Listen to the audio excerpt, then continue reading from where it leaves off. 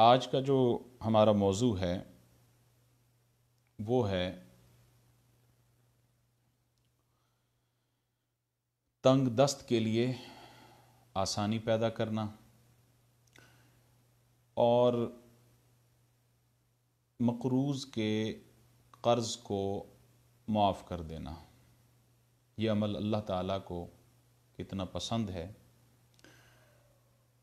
کہ سورہ البقرہ میں اللہ تبارک و تعالیٰ نے فرمایا وَإِن كَانَ ذُو عُسْرَةٍ فَنَظِرَةٌ إِلَى مَيْسَرَةٍ، اور اگر قرض دار تنگ دست ہو تو خوشحالی تک اسے قرض خواہ کو چاہیے کہ مہلت دے۔ وَأَن تَصَدَّقُوا خَيْرٌ لَكُمْ إِن كُنتُمْ تَعْلَمُونَ۔ پھر فرمایا کہ اگر تم مناسب سمجھو تمہارا قرض کو معاف کر دینا، یہ تمہارے لیے بہتر ہے۔ ان کنتم تعلمون، اگر تمہیں معلوم ہو کہ غریب کی دلجوئی اللہ کی بارگاہ میں کتنا بڑا ثواب ہے۔ دو باتیں بیان فرمائی گئیں اس آیت مبارکہ میں۔ ایک تو یہ کہ قرض دار جو ہے وہ اگر تنگ دست ہے، غریب ہے، اور قرض خواہ کو اس کی مالی پوزیشن کا علم ہے، اللہ تبارک و تعالیٰ اپنے اس بندے کو یہ فرما رہا ہے کہ میرے بندے تو اس کی خوشحالی تک اسے مہلت دے، اس کی خوشحالی تک تو اسے مہلت دے، اور اس سے اگلا سٹیپ یہ ہے کہ تو اگر اس کے قرض کو معاف کر دے تو یہ تیرے لیے بہتر ہے۔ اگر تجھے معلوم ہو کہ غریب کی دلجوئی، کسی تنگ دست کے لیے آسانی پیدا کرنا، یہ عمل اللہ کو کتنا پسند ہے، تو پھر تو یہ کر کے اس قرض دار کے قرض کو تو معاف کر دے۔ متفقن علیہ حدیث مبارک ہے، حضرت حذیفہ رضی اللہ تعالی عنہ اس حدیث کے راوی ہیں۔ آقا علیہ الصلوۃ والسلام نے ارشاد فرمایا تلقت الملائکۃ روح رجل ممن کان قبلکم۔ آقا علیہ الصلوۃ والسلام نے صحابہ کرام کو فرمایا کہ تم سے پہلی امتوں کے افراد میں سے ایک فرد کے پاس اللہ کا فرشتہ آیا، اللہ کا فرشتہ آیا اس وقت جب وہ قبر میں موجود تھا۔ فَقَالُوا أَعَلِمْتَ مِنَ الْخَيْرِ شَيْئًا، فرشتے نے آ کر اس سے پوچھا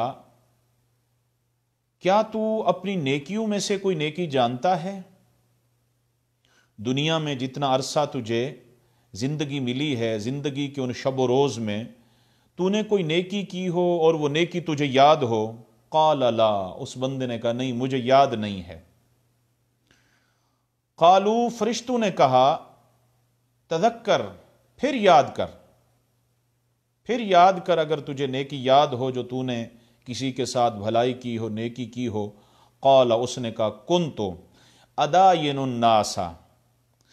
فآمر فتیانی، میں نے لوگوں سے قرض لینا تھا، میں نے اپنے نوکر کو کہا جو میرا منشی تھا، جو میرے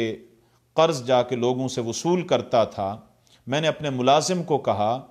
این ینظر المعسرہ، کہ تو اس شخص سے جو تنگ دست ہے اس کو مہلت دینا، اس کو تو مہلت دینا۔ وَتَجَوَّزُوا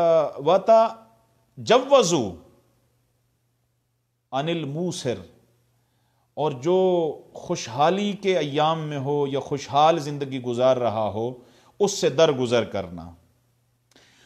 جب ان کا خود دل چاہے، ان کو احساس ہو کہ ہم نے قرض واپس کرنا ہے تو وہ خود اگر اپنی مرضی کو، اپنی رضا کو ظاہر کریں تو قبول کر لینا. دونوں صورتوں میں غریب ہے، تنگ دست ہے، اس کو مہلت دینا، اور جو اچھی پوزیشن میں ہے اس سے بھی تجاوز کر جانا، اس سے بھی انحراف کر جانا کہ جب تک وہ خود آ کر مجھے قرض کی رقم واپس نہ دے تو نے اس سے نہیں مانگنی. جب اس نے یہ نیکی فرشتوں کو بتائی کہ بس میری ساری زندگی کی نیکیوں میں سے بس ایک ہی نیکی یہ مجھے معلوم ہوتی ہے، قال، آقا علیہ السلام نے فرمایا، قال اللہ، اللہ تعالیٰ نے فرشتوں کو فرمایا، تجوزوا عنہ، یہ میرا بندہ ساری زندگی تنگ دستوں کو مہلت دیتا رہا اور مالداروں سے درگزر کرتا رہا، تو اللہ تعالیٰ نے فرشتوں کو فرمایا، میرے فرشتوں تم بھی اس سے درگزر کرو، اس سے حساب نہ لو. تو یہ عمل اللہ کریم کو کتنا پسند ہے. اور بالخصوص آج کے اس پیریڈ میں، آج کے اس دور میں جہاں انسانیت مکمل طور پر اپنے گھروں میں دبک کر رہ گئی ہے، ایسی صورتحال میں اللہ تعالیٰ نے جن کو مال جیسی عظیم نعمت سے نوازا ہے، وہ اگر کسی سے قرض خواہ ہیں، انہوں نے کسی سے قرضہ لینا ہے، تو ان ایام میں انہیں چاہیے کہ آقا علیہ الصلوۃ والسلام کے فرمودات پر عمل کرتے ہوئے، اللہ کی رحمت کے طلبگار بنتے ہوئے، اللہ کی رحمت کے امیدوار بنتے ہوئے، انہیں چاہیے کہ وہ قرض داروں کو تھوڑی سی مہلت دے دیں. آپ قرض داروں کو ادھر مہلت دیں گے تو ادھر میدان محشر میں اور قبر میں آقا علیہ الصلوۃ والسلام نے گارنٹی دی ہے کہ اللہ تبارک و تعالیٰ ادھر تم سے درگزر فرمائے گا. پھر حضرت ابو ہریرہ رضی اللہ تعالی عنہ سے یہ حدیث روایت ہے، آقا علیہ الصلوۃ والسلام نے فرمایا، من نفس عن مؤمن کربۃ من کرب الدنیا، کہ جس شخص نے کسی مسلمان کی دنیاوی مشکلات میں سے کسی ایک مشکل کو دور کر دیا، تو پھر کیا ہوگا؟ نفس اللہ عنہ کربۃ من کرب یوم القیامہ، قیامت کی جتنی اس کی مشکلات ہوں گی ان مشکلات میں سے اللہ تعالیٰ اس کی مشکلات کو حل فرمائے گا، اس کی مشکلات کو دور فرمائے گا. ومن یسر عن معسر، اور جس نے کسی تنگ دست کے لیے آسانی پیدا کی، یسر اللہ علیہ فی الدنیا والآخرہ، اللہ تعالیٰ اس کے لیے دنیا میں بھی آسانیاں پیدا فرمائے گا، آخرت میں بھی آسانیاں پیدا فرمائے گا. دنیا میں اگر کسی مسلمان نے کسی مسلمان کے ساتھ ہمدردی کا پہلو کیا اور اس کے ساتھ اس نے آسانی کا پہلو کیا، معاملے میں آسانی دی، اللہ تبارک و تعالی دنیا میں بھی اس کے ساتھ آسانی فرمائے گا اور آخرت میں بھی آسانی فرمائے گا. ومن ستر مسلما، اور جس کسی نے کسی مسلمان کے عیب پر ستر پوشی کی، پردہ ڈالا، سترہ اللہ فی الدنیا والآخرہ، اللہ تعالیٰ دنیا میں بھی اس کی ستر پوشی فرمائے گا، آخرت میں بھی اس کی ستر پوشی فرمائے گا.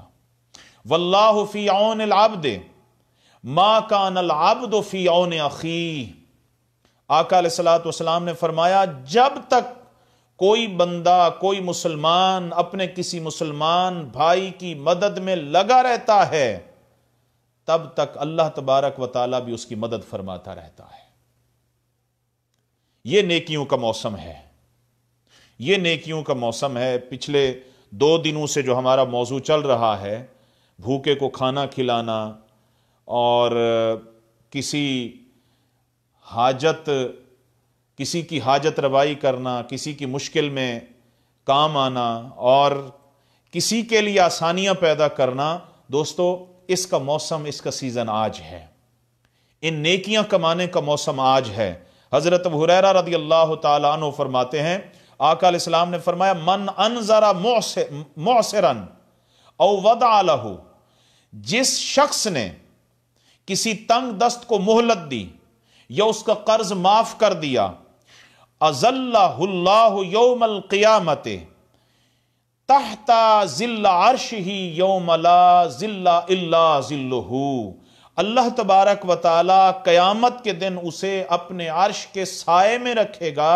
اور قیامت کا دن وہ دن ہوگا اللہ کے بندو جس دن اللہ کی رحمت کے سائے کے علاوہ کوئی سایہ نہیں ہوگا، اور قیامت کے دن اللہ کی رحمت کا سایہ اسے نصیب ہوگا جس نے کسی تنگ دست کو مہلت دی یا کسی کا قرض معاف کر دیا۔ اور وہ ایک حدیث مبارک میں 7 لوگ ہیں، لیکن وہ جب انشاءاللہ موضوع آئے گا تو اس پر انشاءاللہ ہم ضرور گفتگو کریں گے۔ تو کسی تنگ دست کو مہلت دینا اور کسی کا قرض معاف کر دینا، اور آپ سمجھتے ہیں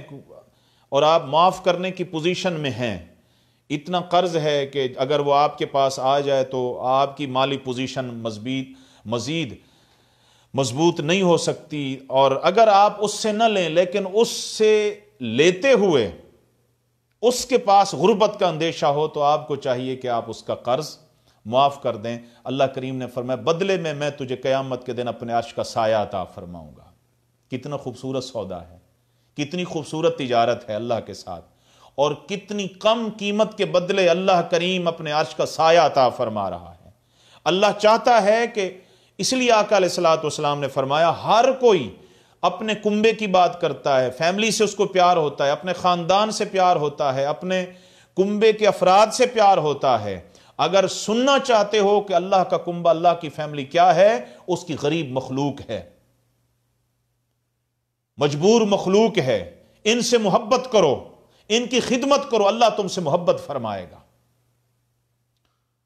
حضرت عبداللہ ابن عمر رضی اللہ تعالیٰ عنہما سے روایت ہے کہ آقا علیہ الصلوۃ والسلام نے فرمایا جو شخص یہ چاہتا ہے، من ارادہ ان تستجاب دعوتہ، جو شخص چاہتا ہے کہ اس کی دعائیں قبول ہوں، اسے کیا چاہیے، کیا کرنا چاہیے؟ ان تکشف کربتہ، اور وہ چاہتا ہے کہ اس کی مصیبتیں حل ہو جائیں، فل یفرج عنہ معسرا، اسے چاہیے کہ اپنے مقروض کے لیے، جس سے اس نے قرض لینا، اس کے لیے آسانی پیدا کرے، اس کے بدلے میں اللہ تعالیٰ اس کی دعائیں قبول کرے گا۔ دعاؤں کی قبولیت کے اور بھی آقا علیہ الصلوۃ والسلام نے اعمال بتائے ہیں۔ وہ دعا جس کے شروع میں اور جس کے آخر میں آقا علیہ السلام پر درود و سلام پڑھا جائے، وہ دعا رد نہیں ہوتی۔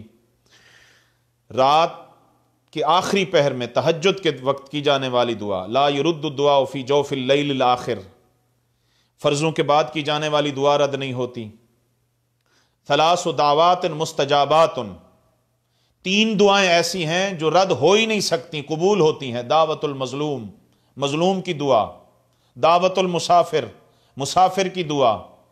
اور دعوت الولد علی والدہ، والدین کی اولاد کے حق میں، اولاد کی دعا والدین کے حق میں، یہ دعائیں رد ہوتی نہیں ہیں۔ چوتھی دعا اس کی رد نہیں ہوتی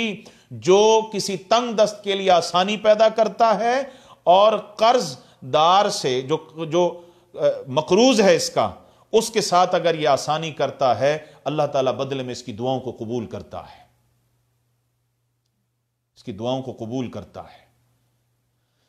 حضرت عبداللہ ابن مسعود رضی اللہ تعالیٰ عنہ سے روایت ہے، آقا علیہ الصلوۃ والسلام نے فرمایا ما من مسلم یقرض مسلما قرضا مرتین، جو مسلمان کسی مسلمان کو 2 مرتبہ قرض دیتا ہے، 2 قرضے دیتا ہے، ایک قرض اس نے کسی کو دیا، دوسرا قرض اس نے کسی کو دیا، الا کان کصدقتها مرتن، جب وہ دوسرا قرض دیتا ہے تو اللہ تعالیٰ اس دوسرے قرض کو اس کے لیے صدقہ بنا دیتا ہے۔ فرشتوں کو فرماتا ہے کہ جب تک یہ قرضہ واپس نہیں آتا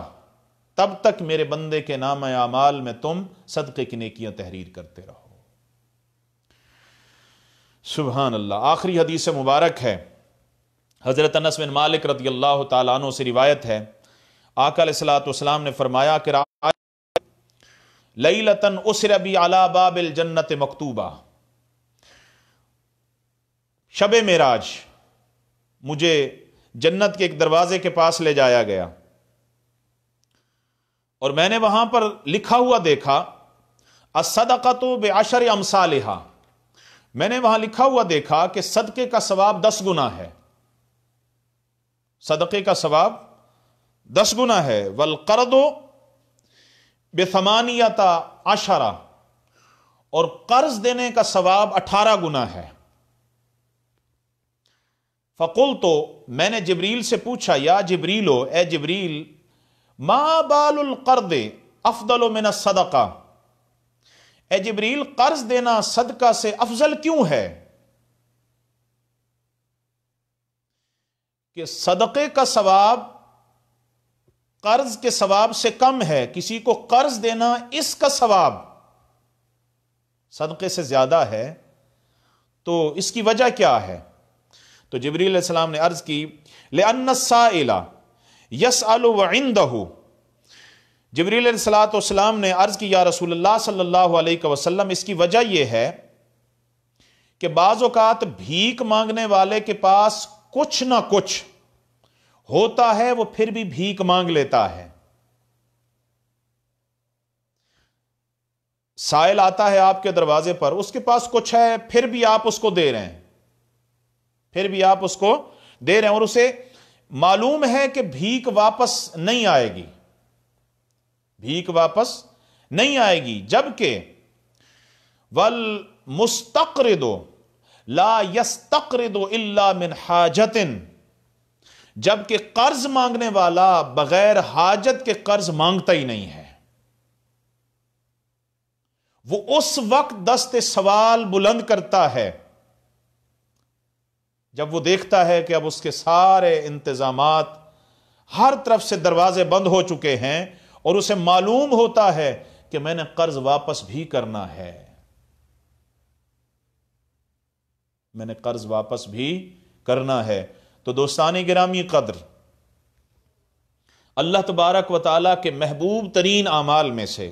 جو اللہ کو محبوب ترین اعمال پسند ہیں، ان میں یہ عمل بھی ہے کہ آپ کسی تنگ دست کے لیے آسانی پیدا کریں۔ اگر کسی سے قرضہ لینا ہے، اور نہیں تو ان ایام میں ان کو تھوڑی سی مہلت دے دیں، اس کے بدلے میں جو کچھ ملنا ہے وہ آپ نے سماعت کر لیا ہے۔ اللہ تبارک و تعالی ہمیں آقا کریم صلی اللہ علیہ وسلم کے فرمودات پر عمل پیرا ہو کر اللہ کی رحمتیں سمیٹنے کی توفیق عطا فرمائے۔ اللہ تبارک و تعالی دکھ کی اس گھڑی میں انسانیت پر اپنی رحمتوں کا نزول فرمائے، ہمیں اپنی بارگاہ سے رجوع کرنے کی توفیق عطا فرمائے۔ جو جہاں کہیں ہے اللہ تعالی اس کی حفاظت فرمائے، اس کے بچوں کی حفاظت فرمائے، اس کے خاندان والوں کی حفاظت فرمائے۔ اللہ قدم قدم پہ آپ کی حفاظت فرمائے، آپ کو دینی دنیاوی تمام بھلائیاں نصیب فرمائے، آپ کو رزق کی خوشیاں عطا فرمائے، اولاد کی خوشیاں عطا فرمائے، خاندان کی خوشیاں عطا فرمائے۔ وآخر دعوانا ان الحمد للہ رب العالمین۔